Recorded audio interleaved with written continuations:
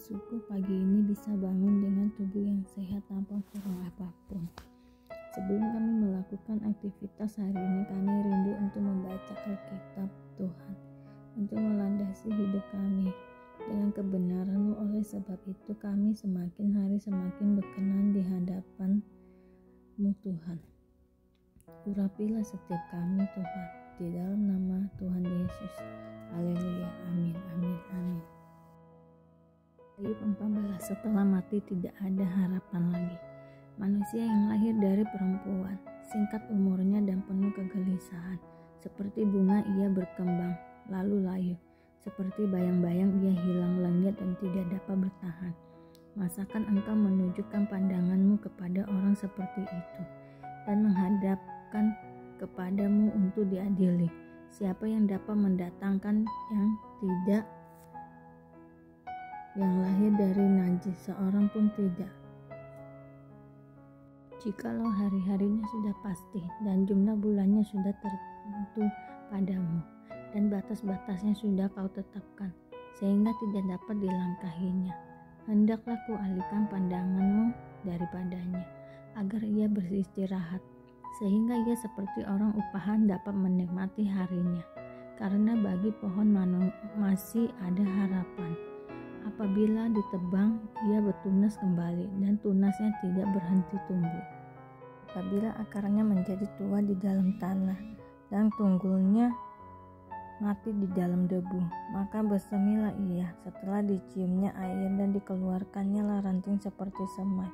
Tapi bila manusia mati, habis riwayatnya, ia meninggal dunia. Lalu kemana perginya? Seperti air menguap dari dalam tasik dan sungai surut yang menjadi kering. Demikian juga manusia berbaring dan tidak bangkit lagi, sampai langit hilang lenyap. Mereka tidak terjaga dan tidak bangun dari tidurnya. Akhirnya engkau menyembunyikan aku di dalam dunia orang mati, melindungi aku sampai murkamu surut, dan menetapkan waktu bagiku, kemudian mengingat aku pula. Kalau manusia mati, dapatkah ia hidup lagi? Maka aku akan menaruh harapan selama hari-hari pergumulanku, sampai tiba giliranku. Maka engkau akan memanggil, dan aku pun akan menyahut. Engkau akan rindu kepada buatan tanganmu. Sesungguh pun engkau menghitung langkahku. Engkau tidak akan memperhatikan dosaku. Pelanggaranku akan dimasukkan di dalam pundi-pundi yang dimeteraikan, dan kesalahanku akan kau tutup dengan lepah. Tetapi seperti gunung runtuh berantakan, dan gunung batu bergeser dari tempatnya. Seperti batu-batu dikikis air, dan bumi dihanyutkan tanahnya oleh hujan lebat. Demikianlah kau hancurkan harapan manusia. Engkau mengagahi dia untuk selama-lamanya. Maka pergilah ia, engkau mengubah wajahnya dan menyuruh dia pergi. Anak-anaknya menjadi mulia, tetapi ia tidak tahu, atau mereka menjadi hina, tetapi ia tidak menyadarinya.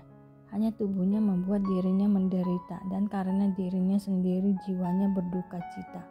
15. Pendapat Elifas bahwa orang fasik akan binasa.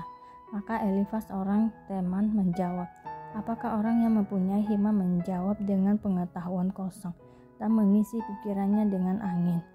Apakah ia menegur dengan percakapan yang tidak berguna, dan dengan perkataan yang tidak berfaedah? Lagi pula engkau melenyapkan rasa takut dan mengurangi rasa hormat kepada Allah. Kesalahanmu lah yang mengajar mulutmu, dan bahasa orang licik yang kau pilih. Mulutmu sendirilah yang mempersalahkan engkau, bukan aku. Bibirmu sendiri menjadi saksi menentang engkau. Apakah engkau dilahirkan sebagai manusia yang pertama, atau dijadikan lebih dahulu daripada bukit-bukit? Apakah engkau turut mendengarkan di dalam musyawarah Allah dan meraih hikmat bagi dirimu? Apakah yang kau ketahui yang tidak kami ketahui? Apakah yang kau mengerti yang tidak terang bagi kami? Di antara kami juga ada orang yang beruban dan yang lanjut umurnya, yang lebih tua umurnya daripada ayahmu. Kurangkah artinya bagimu penghiburan Allah, dan perkataan yang dengan lemah lembut ditunjukkan kepadamu? Mengapa engkau dihanyutkan oleh perasaan hatimu, dan mengapa matamu menyala-nyala, sehingga engkau memalingkan hatimu menentang Allah, dan mulutmu mengeluarkan perkataan serupa itu? Masakan manusia bersih, masakan benar yang lahir dari perempuan. Sesungguhnya para sucinya tidak dipercayanya. Seluruh langit pun tidak bersih pada pandangannya. Lebih-lebih lagi orang yang keji dan bejat, yang menghirup kecurangan seperti air. Aku hendak menerangkan sesuatu kepadamu.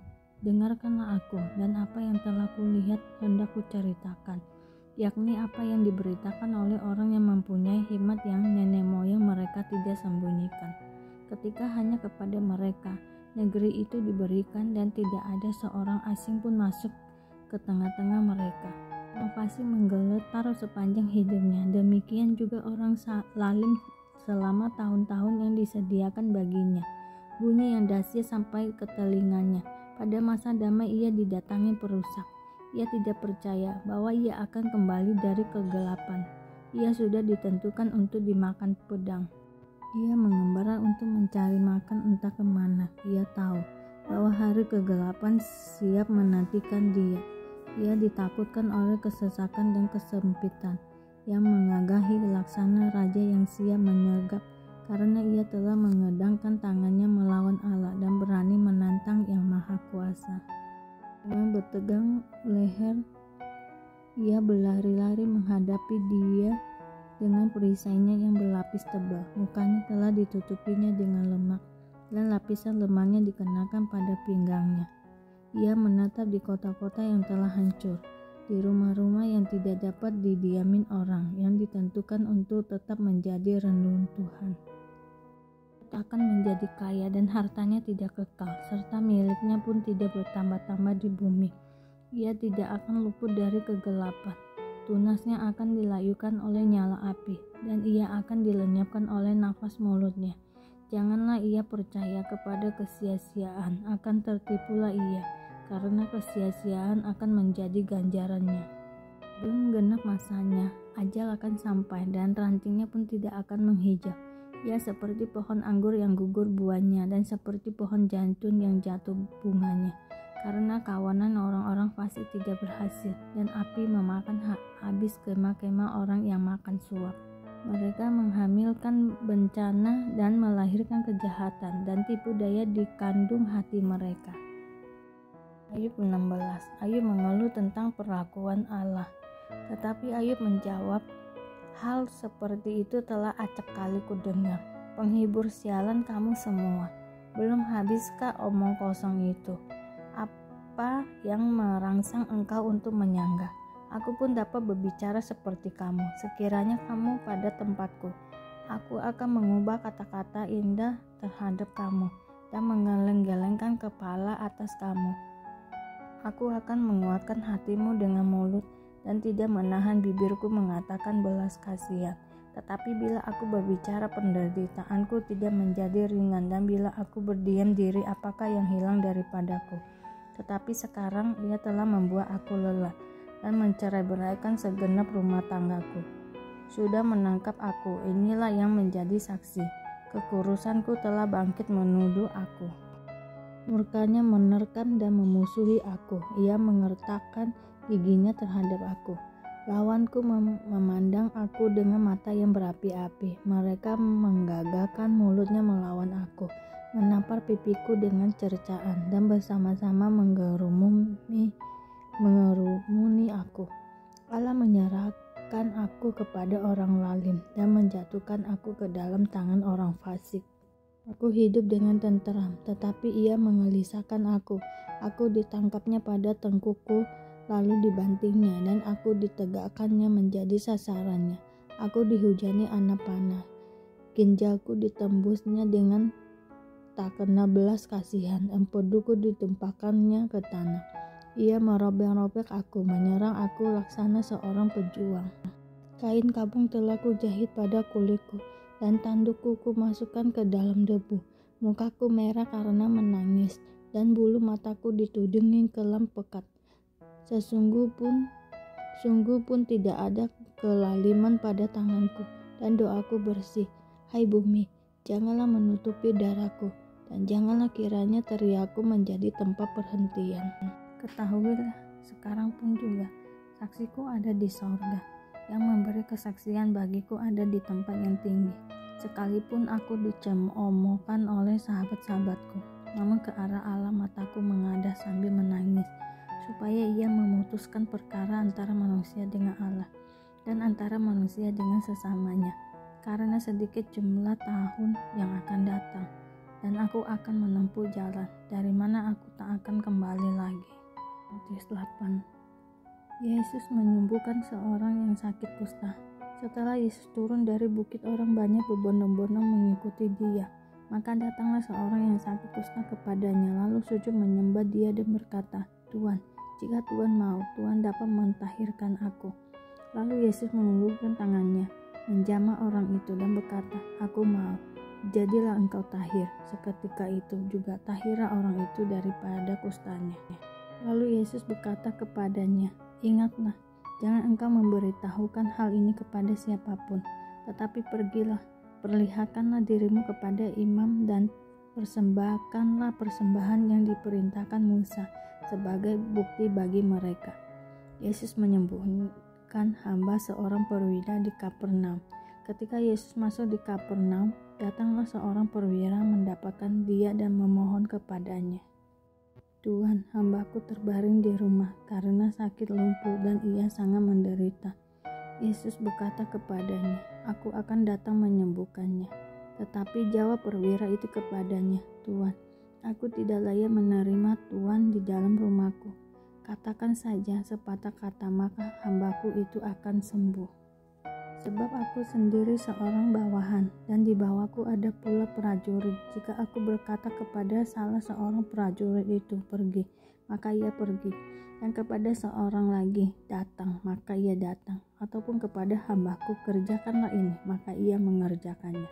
Setelah Yesus mendengar hal itu, heranlah ia dan berkata kepada mereka yang mengikutinya, "Aku berkata kepadamu, sesungguhnya iman sebesar ini tidak pernah aku jumpai pada seorang pun di antara orang Israel.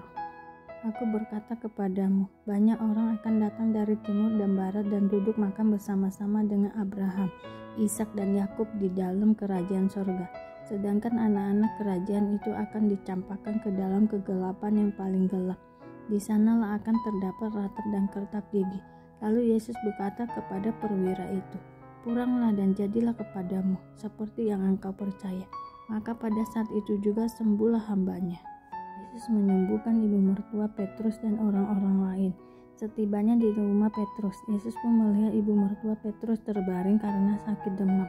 Maka dipegangnya tangan perempuan itu, lalu lenyaplah demamnya. Ia pun bangun dan melayani dia. Menjelang malam dibawalah kepada Yesus banyak orang yang kerasukan setan, dan dengan sepatah kata Yesus mengusir roh-roh itu dan menyembuhkan orang-orang yang menderita sakit.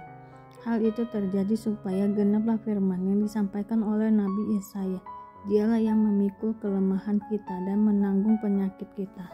Terima kasih Tuhan Yesus untuk hari ini Tuhan. Terima kasih. Doa Bapa kami.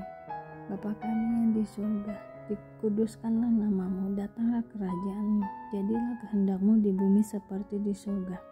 Berikanlah kami pada hari ini makanan yang kami secukupnya, dan ampunilah kami akan kesalahan kami, seperti kami juga mengampuni orang yang bersalah kepada kami. Dan janganlah membawa kami ke dalam pencobaan, tetapi lepaskanlah kami daripada yang jahat, karena Engkaulah yang empunya kerajaan dan kuasa dan kemuliaan sampai selama-lamanya. Bapa, terima kasih Engkau sudah mengingatkan kami hari ini membaca Alkitab, dan kami selalu bersyukur atas apapun yang Tuhan berikan dalam hidup kami. Engkau tidak pernah meninggalkan kami ya Bapa. Hidup kami akan senantiasa berkecukupan di dalam-Mu. Di dalam nama Tuhan Yesus kami berdoa dan mengucap syukur. Amin, amin, amin. Tuhan Yesus memberkati.